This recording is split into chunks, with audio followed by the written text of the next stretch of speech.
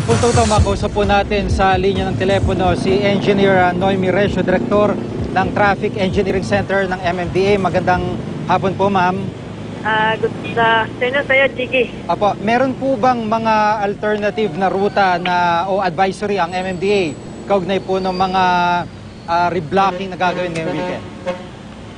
Actually, inilagay namin dun sa mga usual na kasing ginagawa to ng MMDA na tuwing may reblocking pag weekend is pinopost namin sa LED boards namin along EDSA, nilagay namin sa Twitter, tapos doon sa aming website, and meron kaming Metro base ang 24/7 na basis pwedeng tawagan anytime.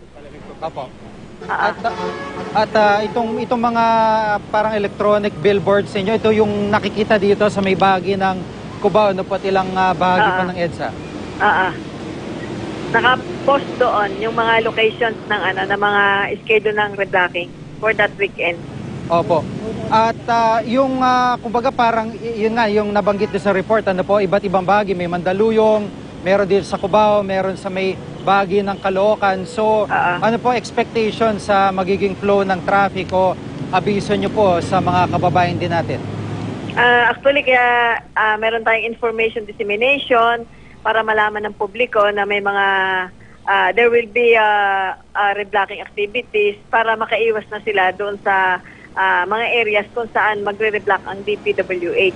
Apo. And ang nakikita namin dito, ang medyo madugo ngayong weekend na to is yung along EDSA between Main Avenue and Pituason, northbound.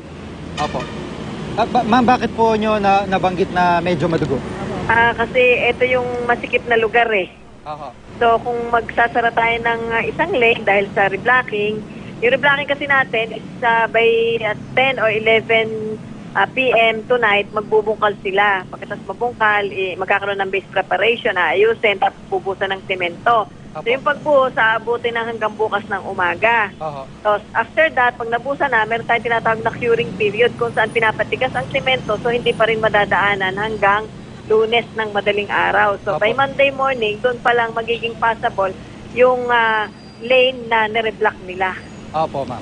At tabayan po namin ang ibang advisory ng MMDA. Maraming salamat po si Engineer Noemi Recio, Director ng Traffic Engineering Center ng MMDA. Maraming po salamat, ma'am.